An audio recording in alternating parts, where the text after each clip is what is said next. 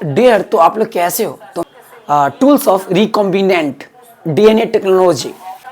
Today talking about recombinant DNA technology, मतलब tools of recombinant DNA technology के बारे में आज बात करेंगे ओपनली वर्ड के साथ विथ यू। तो चैप्टर नेम क्या है? Principles and process. Principles and process में सेकेंड टॉपिक आया जिसको हम बोलते हैं tools of recombinant and any problems in this topic and in class, after that you go to my comment box, after that you comment, then I read after that fastly supported you and help you. तो dear, इसमें आपने क्या देखा? Tools, फिर देखा recombinant और फिर देखा डीएनए, फिर देखा टेक्नोलॉजी। DNA, technology, tools. तो आप लोग जानते होंगे कि टूल्स बोल सकते हैं या आप औजार भी बोल सकते हो।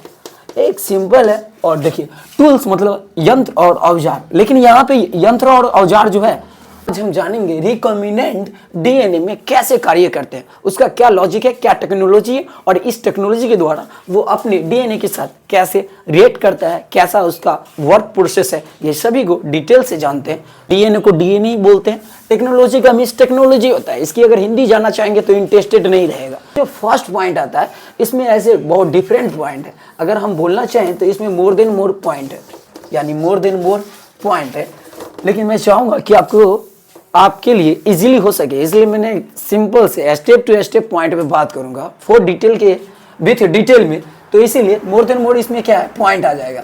पॉइंट में से मैंने टुडे बात करूंगा आपको सिंपल फर्स्ट पॉइंट पे। फर्स्ट पॉइंट के साथ मैं जानूंगा टूल्स, रिकॉम्बिनेंट डीएनए टेक्नोलॉजी, फिर जानूंगा नेक्स्ट, फिर जंपिंग जीन कैसे कार्य करता है, क्लोनिंग जीन क्लोनिंग क्या है, ये सब प्रोसेस के बारे में। फर्स्ट पॉइंट को आप बोल सकते हो क्या? आप जब मैंने आपको यानी कि फर्स्ट टॉपिक में पढ़ाए थे, फर्स्ट टॉपिक में क्या था? Principles of recombinant DNA technology, right. First topic में प्रिंसिपल्स ऑफ बायोटेक्नोलॉजी में क्या हम जानने को मिला था, और रिकॉम्बिनेंट डीएनए टेक्नोलॉजी सेकंड दो टॉपिक में आता है। एक में आता है tools of recombinant technology DNA technology, और दूसरा है process of recombinant technology. Biotechnology सिर्फ आता है। तो बायोटेक्नोलॉजी में आपने देखे होंगे, तो नहीं देखे होंगे तो उसमें जाके एपिसोड देख सकते हैं, तो वहां से ऑटोमेटिक आपको समझ में आ जाएगा। इसमें क्या है कि प्रिंसिपल्स ऑफ बायोटेक्नोलॉजी में दो पॉइंट आता है, जिसको फर्स्ट को बोलते हैं जेनेटिक इंजीनियरिंग। जेनेटिक इंजीनियरिंग है, तो जेनेटिक इंजीनियरिंग और जेनेटिक इंजीनियरिंग से स्टार्ट होता है tools of recombinant DNA technology का वर्क प्रोसेस। अब हम जानते हैं कि जेनेटिक इंजीनियरिंग यहाँ क्या कार्य करता है, लेकिन हम चाहता हूँ कि आपको एक तो ये पॉइंट हो गया, दूसरा पॉइंट था जिसको हम बोलते हैं केमिकल इंजीनियरिंग। तो केमिकल इंजीनियरिंग इस टॉपिक में बात नहीं करेंगे, अगर मिल गया आगे तो फिर बात होगी, लेकिन अभी हम सिर्फ बात करेंगे जेनेटिक इंजीनियरिंग के बारे में। केमिकल इंजीनियरिंग को मैं एरेज कर देता हूं ताकि आप जेनेटिक इंजीनियरिंग को आसानी से समझ सके। तो जेनेटिक इंजीनियरिंग में क्या काम होता है, ये इसको पहले जानते हैं। जेनेटिक इंजीनियरिंग में जो काम होता है, वो जेनेटिक इंजीनियरिंग क्या करता है, डीएनए को ले लेता है और डीएनए को लेके इसको टुकड़ा टुकड़ा में काट देता है। जब टुकड़ा टुकड़ा अगर कभी करे डीएनए को, तो याद रखिएगा वो जेनेटिक इंजीनियरिंग के द्वारा डीएनए को टुकड़ा टुकड़ा किया जाता है। डीएनए को टुकड़ा टुकड़ा कर देता है जेनेटिक इंजीनियरिंग में जाके। अब जेनेटिक इंजीनियरिंग में डीएनए को टुकड़ा टुकड़ा कर दिया, अब टुकड़ा को क्या करता होगा अगर कर दिया तो टुकड़ा को जब कर देता है ना, तो उसको क्या करता है, टुकड़ा को प्लाज्मिड, एक होता है प्लाज्मिड। अब हम इस प्लाज्मिड जो वर्ड अभी हम बोले, इसको जानने के लिए थोड़ा अहेड होना पड़ेगा, बट मैं क्या करता हूँ फिलहाल में ये समझिए कि जेनेटिक इंजीनियरिंग में डीएनए को टुकड़ा टुकड़ा करके हमने प्लाज्मिड में जोड़ देते हैं। प्लाज्मिड में डीएनए होता है, उसके साथ जोड़ने, जब प्लाज्मिड के डीएनए में जब जोड़ देते हैं किसको, जो डीएनए को जेनेटिक इंजीनियरिंग में टुकड़ा टुकड़ा कर देते हैं, जो टुकड़ा होता है उसको जब हम प्लाज्मिड के डीएनए के टुकड़ा में जोड़ देते हैं, यानी प्लाज्मिड के डीएनए में जोड़ देते हैं, तब जाके फिर क्या प्रोसेस आता है कि जोड़ने का काम करते हैं। अब बात आती है कि जो है प्लाज्मिड, ये प्लाज्मिड है क्या, और प्लाज्मिड अगर है तो उसमें डीएनए कहाँ से आया, और ये डीएनए अगर है तो सबसे पहले अगर प्लाज्मिड जान जाएंगे तो ऑटोमेटिक आपको समझ में आ जाएगा कि ये डीएनए कौन था, इसको टुकड़ा क्यों किए, और ये प्लाज्मिड के डीएनए के साथ जोड़ने का काम क्यों हुआ। अब समझते हैं कि प्लाज्मिड के बारे में। सबसे पहले तो देखिए, प्लाज्मिड हम बोलते हैं जीवाणु, एक जीवाणु में प्लाज्मिड स्वतंत्र रूप में अवस्थित होते हैं, प्लाज्मिड होते हैं, और प्लाज्मिड में ही डीएनए होते हैं। मतलब जीवाणु के शरीर में प्लाज्मिड होते हैं, प्लाज्मिड में डीएनए एक स्वतंत्र अवस्था में होते हैं। जब बाहरी कोई डीएनए को हम काटते हैं जेनेटिक इंजीनियरिंग में ले जाके, तो उसका टुकड़ा को मैंने प्लाज्मिड के डीएनए के साथ जोड़ देते हैं, फिर जोड़ते हैं, उसके बाद जाके ये प्रोसेस होता है। जैसे फॉर एग्जाम्पल के लिए मान लीजिए कोई जीवाणु जिसका डीएनए को चेंज करना है, ट्रांसफर करना है, तो उस डीएनए को ट्रांसफर और चेंज करने के लिए मैं तो काटना पड़ेगा, तो जेनेटिक इंजीनियर को लाएंगे और फिर उसको काटने के बाद मुझे जिसके साथ जोड़ना है उसके साथ फिर मैं ऐड। अब बात आता है कि जो ऐड वो ऐड कैसे हो पाएगा, तो इस चीज को जानने के लिए आपको फिर से यहाँ पे ध्यान देना पड़ेगा थोड़ा कि जीवाणु प्लाज्मिड में जो डीएनए होता है वो तो इसके साथ जुट गया, लेकिन बात आती है कि डीएनए को जो काटा वो कौन सा एंजाइम है। जेनेटिक इंजीनियरिंग में बहुत सारे केमिकल होते हैं, वो केमिकल के द्वारा डीएनए को टुकड़ा में काट दिया जाता है और काट के फिर डीएनए के जितने भी टुकड़ा में काट दिए उस कौन सा ऐसा एंजाइम है जो डीएनए के टुकड़ा को फिर जोड़ भी सकता है, और रिस्ट्रिकेशन एंजाइम होता है। रिस्ट्रिकेशन एंजाइम रिस्ट्रिकेशन, ये रिस्ट्रिकेशन वर्ड का मतलब होता है प्रतिबंधन। एंजाइम वर्ड एक ऐसी सिंपल और अच्छा गुड वर्ड है जिससे क्या है कि आपको स्पीकिंग में भी प्रॉब्लम नहीं होगा और टू जगह यूज करना बेहतर होता है। एक बायोलॉजी में रिस्ट्रिकेशन का मिस हो गया क्या, जैसे आपको बोलेगा कि डीएनए को जो टुकड़ा करने वाला एंजाइम होता है उसका नाम क्या है, तो रिस्ट्रिकेशन एंजाइम बोलिएगा। और दूसरा होता है कि जब आप कॉलेज, कोचिंग, यूनिवर्सिटी या आप ये सब जगह में जाते हैं स्कूल में और काफी दिन तक एब्सेंट हो जाते हैं, तो अब आपको वहां के प्रिंसिपल ने आपको क्या कर देते हैं, रिस्ट्रिकेटेड कर देते हैं, यानी रिस्ट्रिकेशन कर सकते हैं आपको हमेशा रिस्ट्रिकेटेड कर देना या रिस्ट्रिकेशन। तो देखिए रिस्ट्रिकेशन मतलब वही हो गया, वहां से भी कॉलेज से आपको काट के नाम हटा देना हमेशा के लिए, और यहाँ भी डीएनए को काट के हटा देना। तो रिस्ट्रिकेशन मतलब दो वर्ड काम होता है, स्टूडेंट को नाम काट के हटा देना हमेशा के लिए।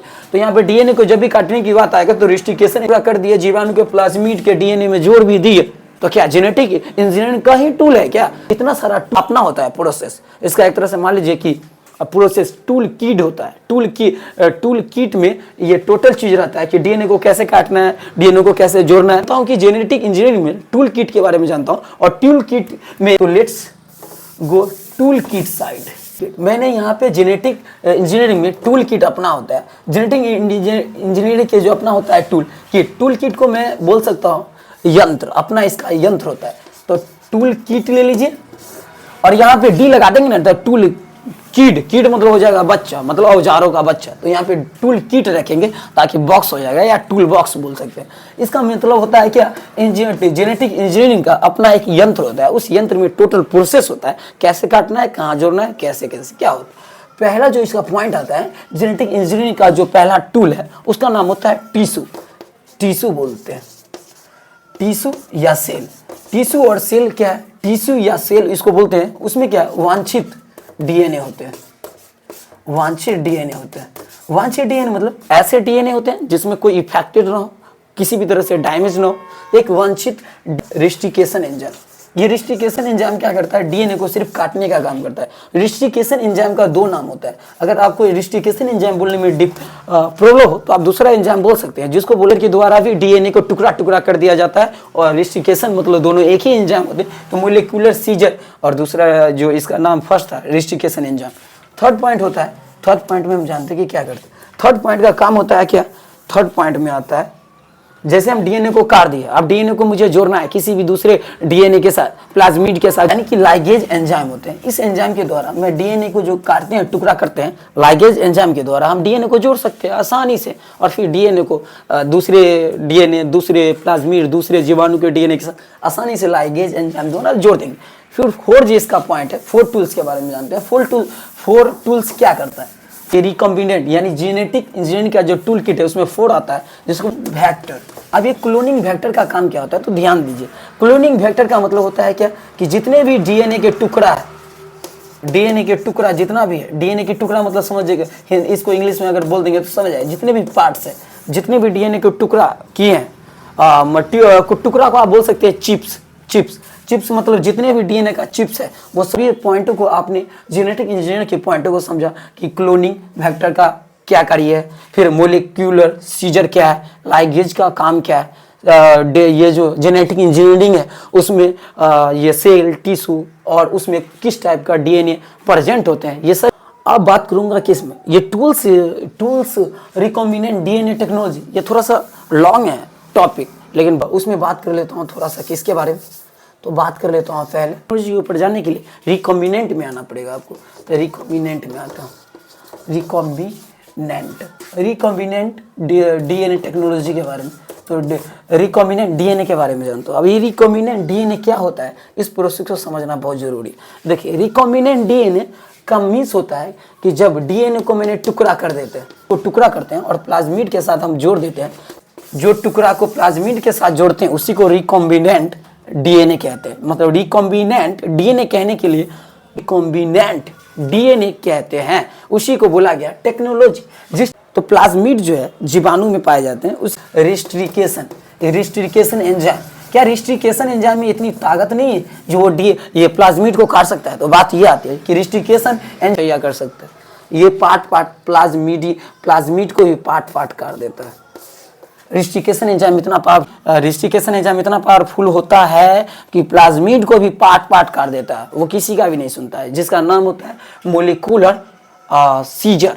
तो ये रिकॉम्बिनेंट डीएनए समझ गए। अब रिस्ट्रिकेशन एंजाइम अगर है तो ये कैसे आया और ये कितने टाइप के होते हैं ये जानते हैं, और तो काफी इंटरेस्टेड हो जाते हैं। कहाँ पे रिस्ट्रिकेशन एंजाइम के बारे में बात करते हैं कि रिस्ट्रिकेशन एंजाइम का उत्पत्ति कैसे हुआ, ये आया छुट्टा कैसे। अगर डीप में थोड़ा सा सोचेंगे तो मानना पड़ेगा साइंटिस्ट ने बहुत स्ट्रगल किया है। डिजीज को काट के हटा देते हैं या बॉडी के कोई भी ऑर्गन को हम चेंज कर सकते हैं, तो सिर्फ साइंटिस्ट के बहुत बड़ा स्ट्रगल है, उसके द्वारा हो पाया। और ये जो डीएनए के जोड़ने का काम लाइगेज करता है एंजाइम। और रिस्ट्रिकेशन एंजाइम, तो ये रिस्ट्रिकेशन एंजाइम कैसे आया ये जान लीजिए। रिस्ट्रिकेशन एंजाइम को बनाने वाला का जीवाणु का नाम है क्या, जीवाणु का नाम है इकोलाई। छोटा इकोलाई जीवाणु के कारण तैयार हुआ रिस्ट्रिकेशन एंजाइम। रिस्ट्रिकेशन एंजाइम तैयार हुआ, रिस्ट्रिकेशन एंजाइम के जगह पे जीवाणु इकोलाई से 3 एंजाइम तैयार हुआ है। और ये 2 के बारे में और बात कर लेता हूँ, और ताकि आपको ये क्लियर हो जाएगा कि रिस्ट्रिकेशन एंजाइम की उत्पत्ति कौन है के द्वारा 3 गो एंजाइम है, जिसमें रिस्ट्रिकेशन एंजाइम है और 2 एंजाइम और है, उसके बारे में बात करेंगे। और 93 में आता है, 1963 में साइंटिस्ट के द्वारा उत्पत्ति होता है। अब बात कर लेता हूँ क्या कि फर्स्ट के बारे में। फर्स्ट जो होता है ना, उसको हम बोलते हैं, वो जो एंजाइम होता है फर्स्ट एंजाइम, वो एंजाइम क्या करता है कि मीथेल समूह के साथ जो भी टुकड़ा होता है डीएनए का, उसका जोड़ने का काम करता है। तो मीथिल समूह के साथ जो डीएनए के टुकड़ा होता है, उस टुकड़ा को जोड़ने का जो काम करता है वो करता है इकोलाई जीवाणु की एक एंजाइम है, जो एंजाइम को मेथिल समूह में जोड़ने का काम करता है एक एंजाइम। वो तीसरा एंजाइम को बोला जाता है, इसी का तीसरा एंजाइम को मैंने यहाँ एंडोमोलेक्यूलर एंजाइम। जीवाणु जो है ना, इसको बैक्टीरियोफाज भी कभी कभी बोला जाता है, एंडोमोलेक्यूलर एंजाइम बोलते हैं। तो ये एंजाइम थर्ड होता है, जिस एंजाइम के द्वारा क्या होता है, कहने को सारे और कार्य होते हैं, जैसे ट्रांसपोर्टिंग का कार्य, एडिंग का कार्य, ये सब करने का कार्य एंडोमोलेक्यूलर। तो आप लोग को समझ में जैसे ही नहीं आएगा तो आपने कमेंट करेंगे। फिर love you for each other all student. कैसा लगा?